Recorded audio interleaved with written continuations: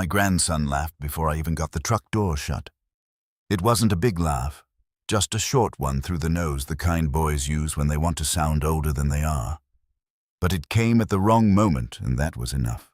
I had one hand still on the top of the doorframe of my old Ford, and Mason said, "Guess Grandpa finally admitted it, like we were all in on the same joke."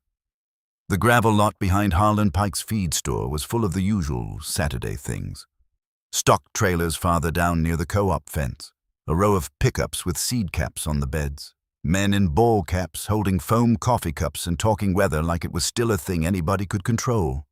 Somebody had set out a folding table with a box of donuts under wax paper, and the glaze had already started sweating in the heat. It was late August in Ross County, the kind of morning where the air felt dusty before noon. My truck looked older out there than it had in my driveway. Oxidized blue paint, rust freckles around the wheel wells. Bench seat worn smooth from 30 years of my back, and June's pocketbook sliding across it. The little dent in the tailgate from 2009 when Dale backed the manure spreader wrong and clipped the hitch, though I'd never said much about that. I stood there with my hand on the door and looked at the truck long enough that Mason mistook it for weakness. He was 15, all knees and elbows still, but already learning how to lean like a grown man. He had one boot heel hooked against the bottom rail of the fence and his father's half-smile on his face. "Dad's been telling you to get rid of this thing for years," he said. Dale was over by the buyer talking money before I'd even walked the length of the truck bed. It was time, he said without turning around. "Makes more sense this way." The buyer, a man from Bainbridge I'd seen at equipment sales before, looked at me and asked, "You got the title on you?" Dale answered before I opened my mouth. "He's got it." I made sure. He said it in that easy tone people use when they think they're smoothing things along. Helpful, efficient, not rude enough that anybody could point to it later and say that was the moment. But the question had been, for me. I felt that land someplace low in my chest, same as a missed step on stairs you've walked your whole life. I reached into the manila envelope under my arm and handed the title over myself. "Still know where I keep my own papers," I said. The buyer gave a quick nod, like he wasn't interested in family static-only signatures. Dale smiled that little flat smile of his and clapped the man on the shoulder. "He means he's got his system." A couple men laughed politely. That was the thing about being pushed aside. Most of it didn't happen through big scenes. It happened through small translations. Somebody spoke for you. Somebody softened you up for the room. Somebody turned your habits into quaint little imitations everybody could admire from a safe distance. I'd spent most of my life being the man people looked to when something heavy had to be moved or decided. Not because I was loud. I never had much use for loud, but I stayed where I was supposed to stay. I worked. I paid. I remembered where things were buried, which culvert flooded first, which patch of ground would hold if you tried to bring equipment through after a rain. For 38 years, June and I built our life around knowing those things. After she died, folks still talked to me like I was solid. But inside the family, especially over the last year, the edges had started changing. "Want one of these before they melt, my daughter?" Rachel asked, lifting the wax paper over the donuts. She had driven down from Columbus that morning, sunglasses perched on her head, her hair pulled back in the same no-nonsense knot June used to make when she was cleaning out cabinets. Rachel always saw more than she said. That was one reason I was glad she'd come. "I'm all right," I told her. She looked from me to Dale to Mason and back again. She didn't say anything. Neither did I. The sale itself took less than 20 minutes. A signature on the title, a bank envelope, a look under the hood from the buyer, even though he had already decided. The truck started on the second turn, same as always. It gave that low, rough note I'd heard in winter dark and summer heat and muddy springs when there was work to do.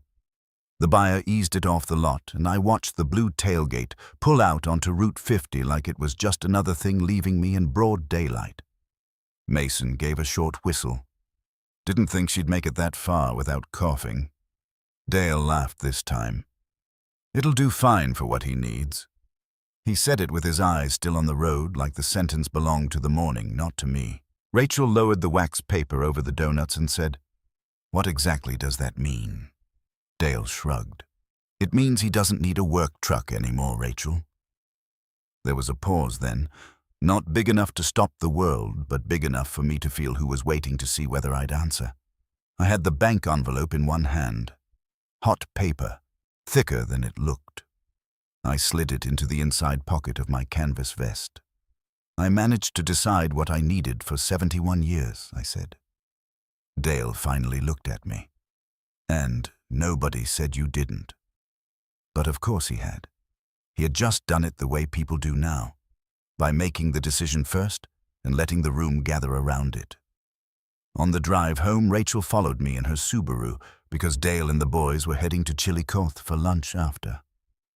Mason waved out the passenger window of Dale's Silverado as they pulled away, easy and cheerful, like the whole thing had been a family errand with no weight to it at all. My place sat on 42 acres outside Frankfurt, the house June and I had added onto twice and never quite finished all at once. White siding gone dull at the north corners, deep porch, 2 maples in the yard, the detached garage leaning just a little more every year. The back acreage ran down toward a narrow line of trees, and beyond that the neighboring parcel I'd been thinking about more than I cared to admit. Rachel parked and came in with me. The kitchen still held heat from the morning sun. There was a Pyrex dish of squash casserole on the counter from the church supper the night before, and my coffee thermos sat by the sink where I'd left it. She stood at the table while I took 2 glasses from the cabinet and poured iced tea from the pitcher. "You want to tell me what that was?" she asked. "Truck sale." "You know that's not what I meant." I set the tea down between us. Ice cracked against glass. Dale likes to keep things moving. Rachel gave me a look that reminded me so much of her mother it made me tired all of a sudden. "He's been answering for you more." "Maybe. And Mason didn't come up with that on his own." That one I didn't answer. She picked up her sunglasses and folded one arm in then out. "Dad, I heard him. I know you heard him." I looked through the window above the sink toward the side yard where the gravel drive curved past the garage. There was a rectangle of lighter ground where the truck had sat for years. Oil stain in the center, 2 crushed cigarette filters from some mechanic who helped me with brakes last spring. Strange how fast an absence could look settled down. Rachel touched the table once with her fingertips. "You all right?" "Sure. It was the kind of lie people my age get good at because it keeps the room from changing shape." She stayed another 10 minutes, maybe 15, talking about whether I needed anything from town, whether I wanted her to come down next weekend. Then she kissed my cheek and left for Columbus before traffic got bad. I watched her back down the drive and go. After that, the house got quiet in the way it always did after company left. Refrigerator humming, one board in the hallway giving its little click when the air conditioner kicked on. I took my thermos out to the garage and sat on the old wooden stool by the workbench more out of habit than intention. June had kept ledgers for everything: feed bills, diesel, gravel loads, property taxes, seed invoices from years when we still did more ourselves.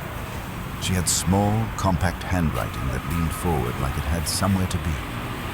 After she passed, I boxed most of that paper and slid it onto the shelf over the bench because I couldn't bring myself to throw it out and couldn't stand to look through it much either.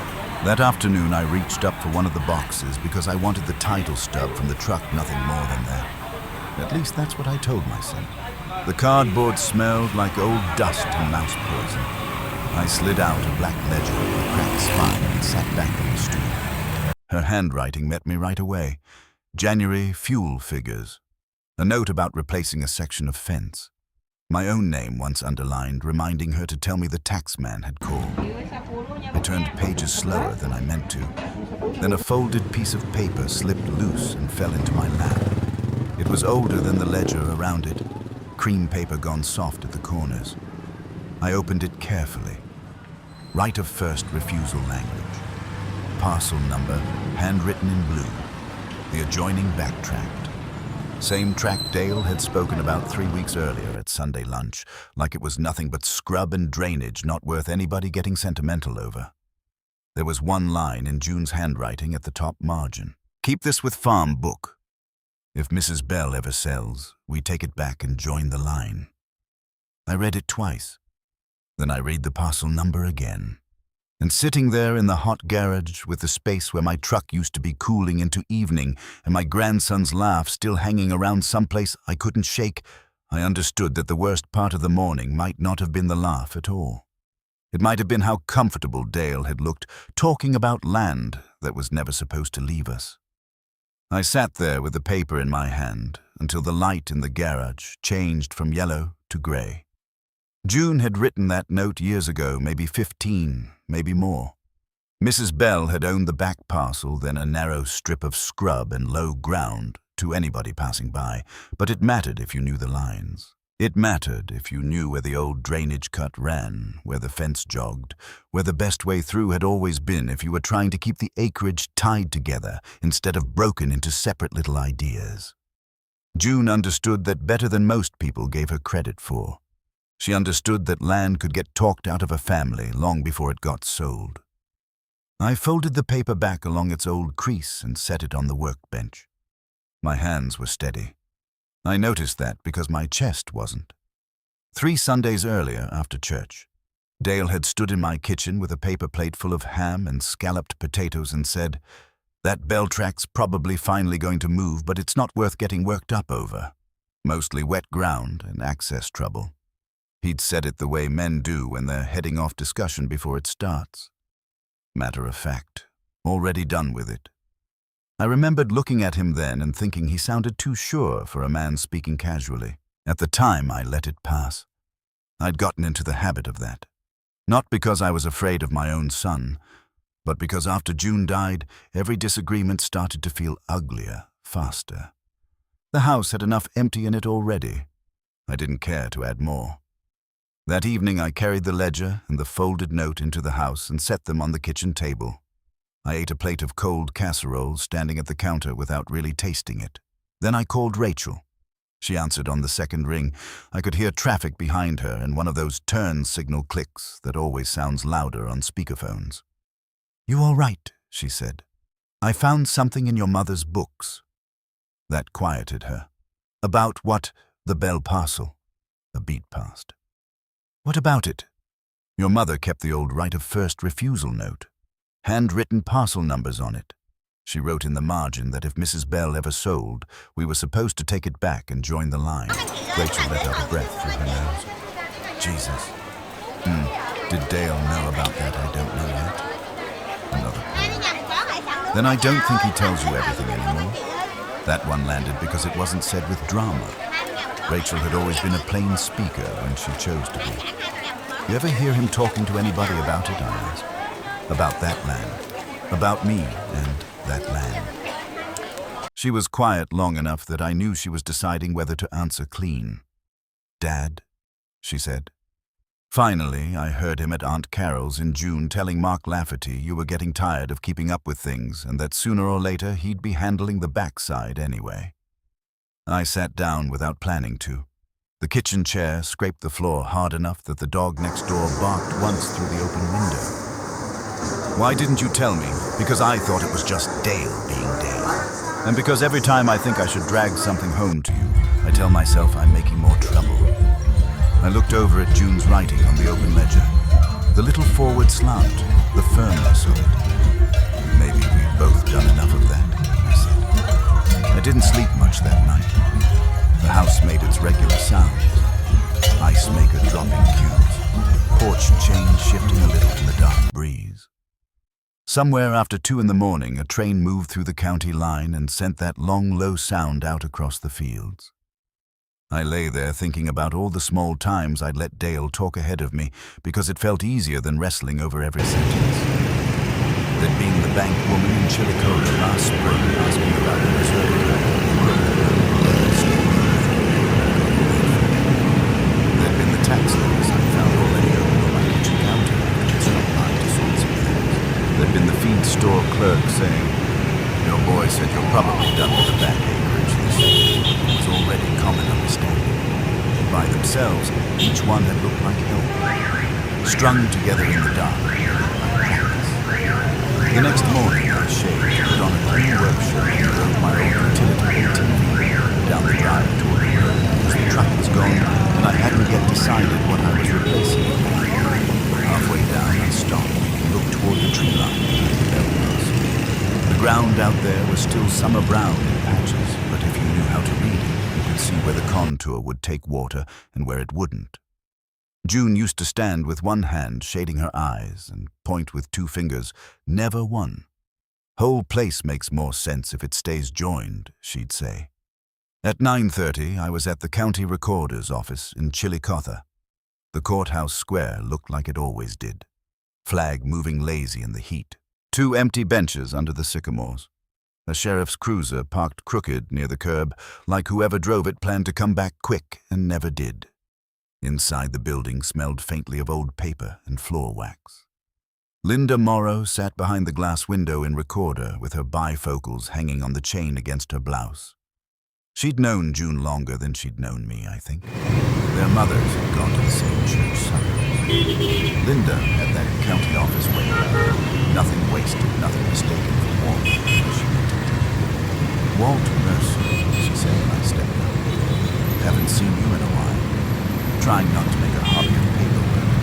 That'd make you the smartest man in Ross County." Then she saw my face more closely. "What do you mean?" I slid the folded note through the opening beneath the glass.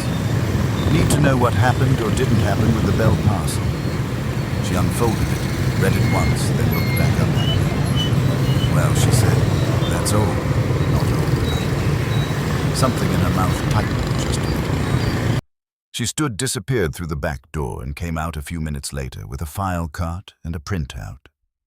She unlocked the side gate and motioned me to a desk with 2 plastic chairs. We sat. She squared the papers before she spoke. Mrs. Bell transferred preliminary interest review in July, she said. Nothing recorded final until recently. Recently when she turned the page. Week before last, my stomach went cold in that clean, fast way it does when the body gets somewhere before the mind. To Dale, Linda looked at me over the top of the page. "No." I didn't say anything. She tapped one fingernail against the margin. But there was inquiry activity before that. Calls, draft review, informal standing talk, more than once. Your son's name came up connected to those questions. Connected how the way people talk when they expect a thing to land their direction. I stared at the line of typed parcel numbers until they blurred once and came back. He told people it was basically his to handle. Linda didn't nod. Didn't need to. That's not the order this came through in. There are some sentences that don't sound like much to anybody not sitting in your skin. That one opened something in me I had been trying to keep boarded up. Because it meant Dale hadn't just been hopeful. He'd been rehearsing ownership in public before the papers said he had any right to. Linda reached into the file cart and drew out another sheet. Recorded transfer completed yesterday morning. She slid it to me. The parcel was no longer in Mrs. Bell's name. I read the new owner line once. Then again, my own name looked strange there for a second, like I'd misread it from wanting to. Walter G. Mercer. I looked up so fast my chair creaked. Linda's face didn't change much. Closing attorney's office dropped the final record just before lunch yesterday. Quietly, I might add. I had to wet my lips before I could speak. Mrs. Bell called me 2 weeks ago. I assumed as much. She said Dale had been pressing. Not hard enough to call it pressure, she said. Just fast, acting like the thing was already headed one way and she didn't care for the feeling of that. She asked whether I was still interested if she sold. Linda sat back. "And were you?" "Yes." "What stopped you?" I gave a short laugh with no humor in it. My son being my son, I guess. Me being slower to believe what that meant. Mrs. Bell's call had come on a Tuesday evening while I was wiping down the kitchen counter after supper. She was 78, widowed even longer than me, living over near Andersonville with bad knees and one son in Arizona who wanted her closer.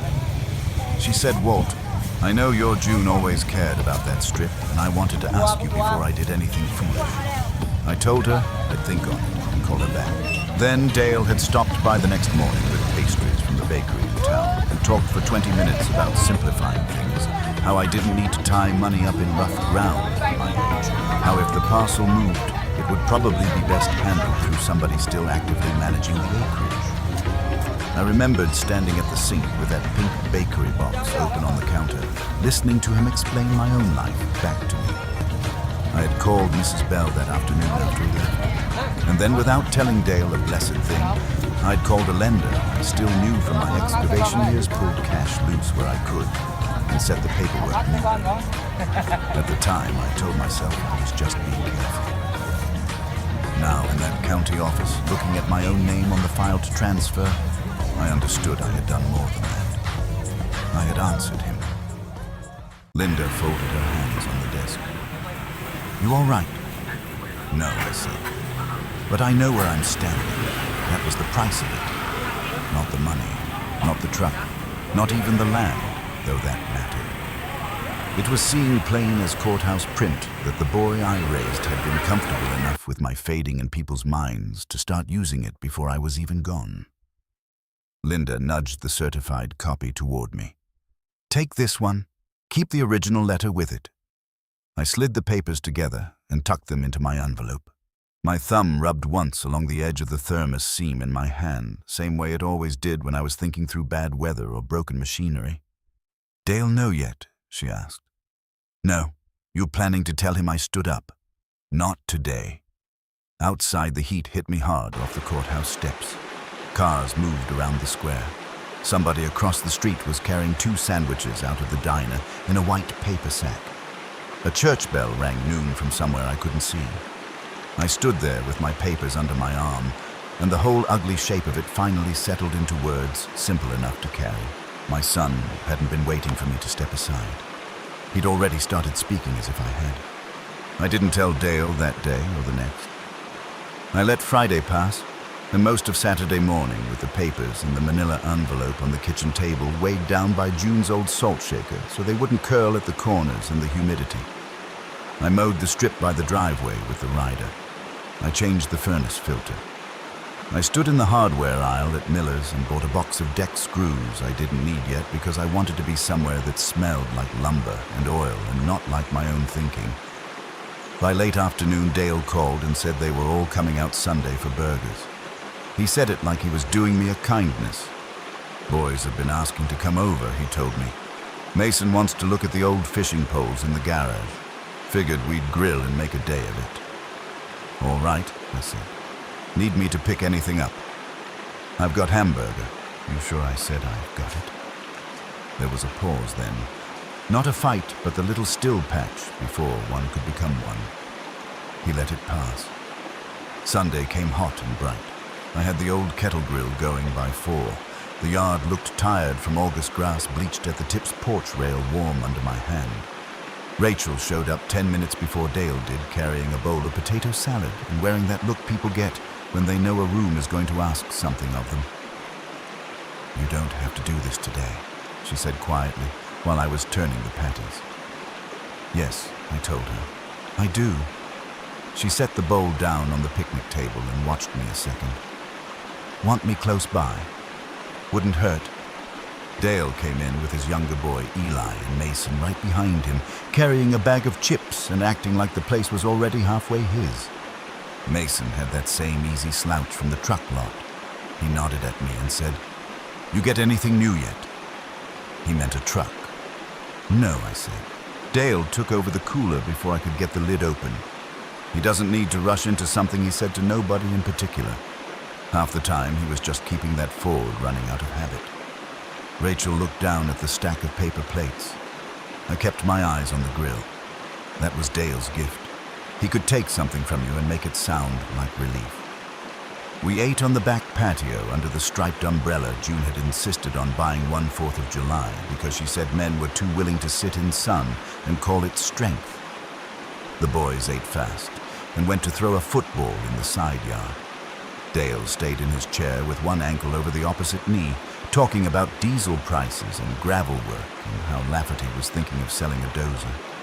Then, just as casual as a man mentioning rain, he said I was talking to Mark this week about that bell strip. Told him it's probably for the best. The thing finally moved. Wasn't doing anybody much good the way it sat. Rachel's fork stopped halfway to her mouth. I took a drink from my tea.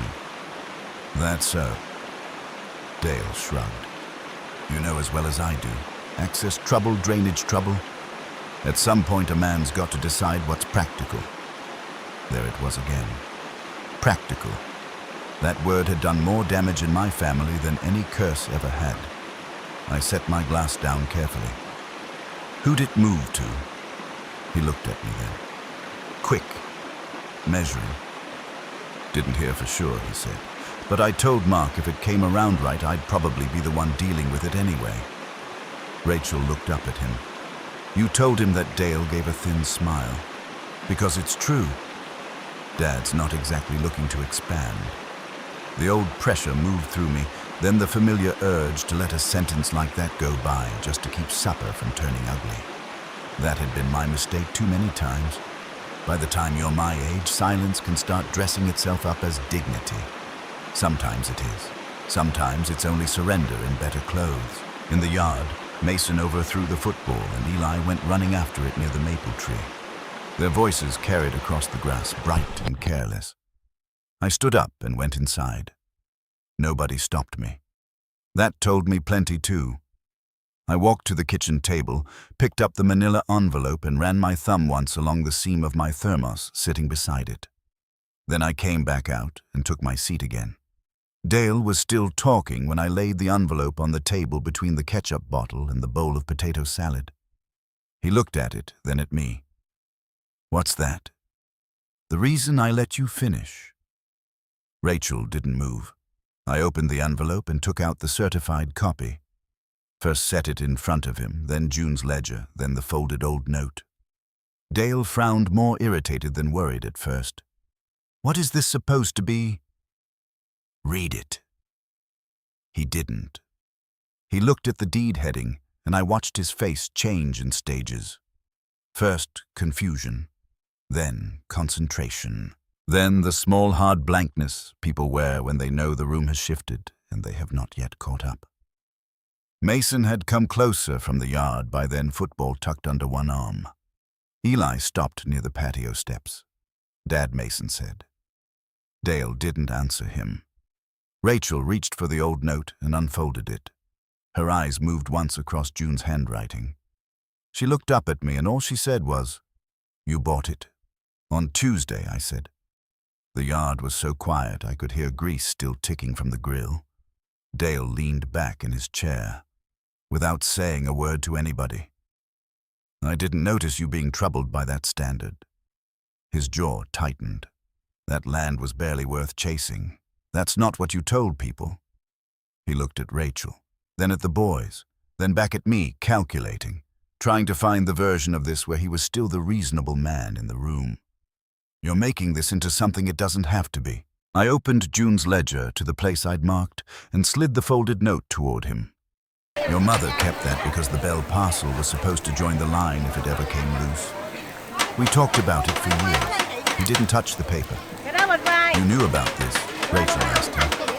Dale's face had gone a shade flatter. I knew Mom was sentimental about that backstrip. Sentimental, I said. It was rough ground, Dad. It was family ground. He gave a small, frustrated laugh. You always do that. You turn dirt into religion. I felt that one all the way back to the years when I'd come in after dark with my hands split from cold, and June would set a plate in front of me and say, One day they'll either understand what this took or they won't. At the time, I thought she meant the work. Sitting there looking at my son, I understood she had meant something bigger. No, I said. Your mother did that. She knew what belonged where and why. Dale pushed the deed with one finger. So what, Walt? You got there first.